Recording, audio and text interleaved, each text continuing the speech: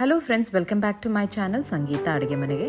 ಇವತ್ತಿನ ವಿಡಿಯೋದಲ್ಲಿ ಇನ್ಸ್ಟೆಂಟಾಗಿ ಕಜ್ಜಾಯ ಮಾಡೋದನ್ನು ತೋರಿಸ್ಕೊಡ್ತಾ ಇದ್ದೀನಿ. ದೀಪಾವಳಿ ಅಂದರೆ ಕಜ್ಜಾಯ ಅಂತಲೇ ಸ್ಪೆಷಲು. ಸೊ ಮಾಡೋ ವಿಧಾನ ನೋಡ್ಕೊಳ್ಳೋಣ. ಇಲ್ಲಿ ನೋಡಿ, ನಾನು ರೆಡಿಮೇಡಾಗಿ ಅಕ್ಕಿ ಹಿಟ್ಟು ತೊಗೊಂಡಿದ್ದೀನಿ. ಅಕ್ಕಿ ಹಿಟ್ಟು ನೈಸಾಗಿರಬೇಕು. ಇಲ್ಲಿ ನಾನು ಆರ್ಗ್ಯಾನಿಕ್ ಜಾಗ್ರಿ ಪೌಡ್ರ್ ತೊಗೊಂಡಿದ್ದೀನಿ. ಅರ್ಧ ಬಟ್ಲಷ್ಟು ನೀರು ತೊಗೊಂಡಿದ್ದೀನಿ. ಒಂದೇ ಅಳತೆಯಲ್ಲಿ ತೊಗೊಳ್ಳಿ. ಈಗ ಮಿಕ್ಸಿಂಗ್ ಬೌಲಲ್ಲಿ ರೆಡಿಮೇಡ್ ಆಗಿರೋಂಥ ಅಕ್ಕಿ ಹಿಟ್ಟು.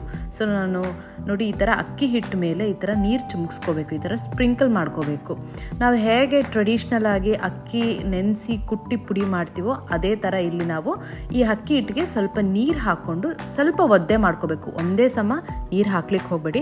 ಈಗಾಗಲೇ ನನ್ನ ಚಾನಲಲ್ಲಿ ಹೇಗೆ ಮಾಡೋದು ಅಂತಲೂ ತೋರಿಸ್ಕೊಟ್ಟಿದ್ದೀನಿ. ಡಿಸ್ಕ್ರಿಪ್ಷನ್ ಬಾಕ್ಸಲ್ಲಿ ಲಿಂಕ್ ಹಾಕಿರ್ತೀನಿ, ಅದನ್ನು ಟ್ರೈ ಮಾಡಿ.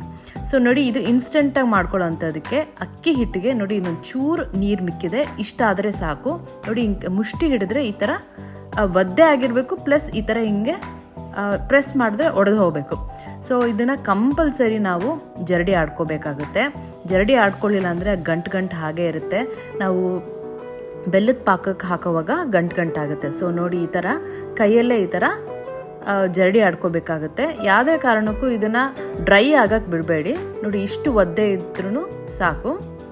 ಸೊ ಎಲ್ಲನೂ ಈ ಥರ ಜರಡಿ ಆಡ್ಕೋಬೇಕಾಗತ್ತೆ. ಸ್ವಲ್ಪನೇ ತಗೊಂಡು ಈ ಥರ ಮಾಡ್ಕೊಳ್ಳಿ. ನೋಡಿ, ಈ ಥರ ಹಾಕೊಂಡಾದ್ಮೇಲೆ ನಾವು ಒಣಗಿಸ್ಬಾರ್ದು. ಇದನ್ನು ಡ್ರೈ ಮಾಡೋಕ್ಕೆ ಬಿಡಬಾರ್ದು. ಇದನ್ನು ಒಂದು ಬೌಲಿಗೆ ಹಾಕ್ಕೊಂಡು ಈ ಥರ ಪ್ರೆಸ್ ಮಾಡಿ ಇಟ್ಕೋಬೇಕಾಗತ್ತೆ. ಪ್ರೆಸ್ ಮಾಡಿಬಿಟ್ಟು ಪ್ಲೇಟ್ ಕ್ಲೋಸ್ ಮಾಡಿ ಇಟ್ಬಿಡಿ. ಸೊ ದಟ್ ಅದನ್ನು ಡ್ರೈ ಆಗಕ್ಕೆ ಬಿಡಬೇಡಿ. ಈಗ ನಾವು ಬೆಲ್ಲದ ಪಾಕ ಮಾಡ್ಕೊಳ್ಳೋಷ್ಟರಲ್ಲಿ ಇದನ್ನು ತೆಗೆದಿಟ್ಕೊಳ್ಳೋಣ. ಈಗ ನೋಡಿ, ನಾನು ಅದೇ ಒಂದು ಕಪ್ ಮೆಷರ್ಮೆಂಟಲ್ಲಿ ನಾನು ಇಲ್ಲಿ ಆರ್ಗ್ಯಾನಿಕ್ ಬೆಲ್ಲದ ಪುಡಿ ತೊಗೊಂಡಿದ್ದೀನಿ. ಈ ಬೆಲ್ಲದ ಪುಡಿ ಹೇಗೆ ಅಂದರೆ, ನಾವು ಕಜ್ಜಾಯ ಹಾಕೋವಾಗ ಸ್ವಲ್ಪ ಕಪ್ಪು ಬರುತ್ತೆ. ನೀವು ಏನೇ ಬೆಲ್ಲ ಹಾಕೋಬೋದು, ಉಂಡೆ ಬೆಲ್ಲ, ಅಚ್ಚ ಬೆಲ್ಲ. ನಾನಿಲ್ಲಿ ಆರ್ಗ್ಯಾನಿಕ್ ಹಾಕೊತಾ ಇದ್ದೀನಿ. ಒಂದು ಬಟ್ಲಿಗೆ ಅರ್ಧ ಬಟ್ಲು ನೀರು ತೊಗೊತಾ ಇದ್ದೀನಿ. ನೋಡಿ, ನೀರು ಜಾಸ್ತಿ ಆದರೂ ಪರವಾಗಿಲ್ಲ, ಏನು ತೆಳು ಆಗಲ್ಲ. ಆದರೆ ಪಾಕ ಇನ್ನೊಂಚೂರು ಲೇಟ್ ಆಗುತ್ತೆ. ಅಂದರೆ ಲೇಟ್ ಅಂದರೆ ಇದು 3 ರಿಂದ 4 ನಿಮಿಷ ಬೇಗ ಬಂದುಬಿಡುತ್ತೆ. ನಾವು ಸಣ್ಣ ಬಟ್ಲಲ್ಲಿ ತೊಗೊಂಡಿರೋವಂಥ ಬೆಲ್ಲದ ಪಾಕ ನೋಡಿ, ಈ ಥರ ಚೆನ್ನಾಗಿ ಕುದಿಸ್ಕೋಬೇಕು. ನೋಡಿ, ನಾನು ಫಸ್ಟ್ ಸ್ಟೇಜಲ್ಲಿ ಹಾಕಿ ತೋರಿಸ್ತೀನಿ. ನೋಡಿ, ಆ ಥರ ಸ್ಪ್ರೆಡ್ ಆಗುತ್ತೆ. ಸೊ ಇನ್ನೂ ಪಾಕ ಬಂದಿಲ್ಲ ಅಂತ. ಇನ್ನು ನೆಕ್ಸ್ಟ್ ಒಂದೊಂದು ಮಿನಿಟ್ಗೂ ಸಹ ಇದು ಚೇಂಜ್ ಆಗ್ತಾ ಹೋಗುತ್ತೆ. ನೋಡಿ, ಈ ಥರ ಕೈ ಬಿಡ್ದಿರ ಈ ಥರ ತಿರುಗಿಸ್ತಾ ಇರಬೇಕು. ನೋಡಿ, ಇವಾಗ ಹಾಕ್ತೀನಿ. ಇವಾಗ ಸ್ವಲ್ಪ ಅಲ್ಲಿ ಸೆಟ್ಲ್ ಆಗ್ತಿದೆ. ಸೊ ಇವಾಗ ಉಂಡೆ ಕಟ್ಟೋ ಆಕಾರಕ್ಕೆ ಬರಬೇಕು. ಇನ್ನೂ ಬಂದಿಲ್ಲ. ಸೊ ಇನ್ನೊಂದು 1 ನಿಮಿಷ ಈ ಥರನೇ ತಿರುಗಿಸ್ತಾ ಇರಿ. ಒಂದು ಮೀಡಿಯಮ್ ಫ್ಲೇಮಲ್ಲೇ ತಿರುಗಿಸ್ತಾ ಇರಿ. ಈಗ ನೋಡಿ, ನೀರಿಗೆ ಹಾಕ್ಕೊಂಡು ಟೆಸ್ಟ್ ಮಾಡಬೇಕು. ಅದು ಒಂಥರ ಜಲ್ಲಿ ಥರ ಫಾರ್ಮ್ ಆಗಬೇಕು. ನೋಡಿ, ಅದು ನೀರಲ್ಲಿ ಹೋಗಿ ಸೆಟ್ಲಾಗಿದೆ. ಹೀಗೆ ತೊಗೊಂಡ್ರೆ ಕೈಗೆ ತುಂಬ ಗಟ್ಟಿ ಪಾಕ ಬೇಡ. ನೋಡಿ, ಈ ಥರ ಜಲ್ಲಿ ಥರ ಆಗಬೇಕು. ಉರಿ ಮಾತ್ರ ಸಣ್ಣ ಉರಿಲಿರಲಿ. ನಾನು ಈ ಥರ ತೋರಿಸ್ತಿರೋವಾಗಲೇ ಅಲ್ಲಿ ಕೆಳಗಡೆ ಬೆಲ್ಲದ ಪಾಕ ನೆಕ್ಸ್ಟ್ ಸ್ಟೇಜಿಗೆ ಹೋಗ್ಬಿಡುತ್ತೆ. ಸೊ ಸಿಮ್ಮಲ್ಲಿ ಇಟ್ಕೋಬೇಕು ಈ ಟೈಮಲ್ಲಿ ನಾನು ಸ್ವಲ್ಪ ಎಳ್ಳು ಹಾಕ್ಕೊತಾ ಇದ್ದೀನಿ. ಇದೇ ಟೈಮಲ್ಲಿ ನೀವು ಗಸಗಸೆ, ಏಲಕ್ಕಿ ಪುಡಿನೂ ಸಹ ಹಾಕೋಬೋದು. ಎಲ್ಲ ಮಿಕ್ಸ್ ಮಾಡಿಬಿಟ್ಟು ನಾವೇನು ಜರಡಿ ಆಡಿಟ್ಕೊಂಡಿರೋಂಥ ಅಕ್ಕಿ ಹಿಟ್ಟಿದೆಯಲ್ಲ, ಒಂದೊಂದು ಸೌಟೆ ಹಾಕ್ಕೊಳ್ಳಿ. ಇದು ಗಂಟಾಗಲ್ಲ, ಯಾಕಂದರೆ ಅಕ್ಕಿ ಹಿಟ್ಟು ಸ್ವಲ್ಪ ಒದ್ದೆ ಆಗಿದೆ. ಸೊ ನೀವು ಒಣಗಿಸ್ಬಿಟ್ರೆ ಏನಾಗುತ್ತೆ, ಎಣ್ಣೆಗೆ ಹಾಕ್ತಾ ಒಡೆದು ಹೋಗುತ್ತೆ. ಸೊ ಫುಲ್ ಸಿಮ್ಮಲ್ಲಿ ಇಟ್ಕೊಂಡು ಇದನ್ನು ನಾವು ಅಕ್ಕಿ ಹಿಟ್ಟನ್ನ ತಿರುಗಿಸ್ತಾ ಬರಬೇಕು. ಇದು ಯಾವುದೇ ರೀತಿ ಹಾಳಾಗೋದಿಲ್ಲ, ಪರ್ಫೆಕ್ಟಾಗಿ ಬರುತ್ತೆ. ಸೊ ಈ ಥರ ಮಾಡ್ಕೊಳ್ಳಿ. ಇನ್ಸ್ಟೆಂಟಾಗಿ ಯಾವಾಗ ಬೇಕಾದರೂ ನೀವು ಕಜ್ಜಾಯ ಮಾಡ್ಕೋಬೋದು. ನಾನಿಲ್ಲಿ ರೆಡಿಮೇಡ್ ಅಕ್ಕಿ ಹಿಟ್ಟೆ ತೊಗೊಂಡಿರೋದು.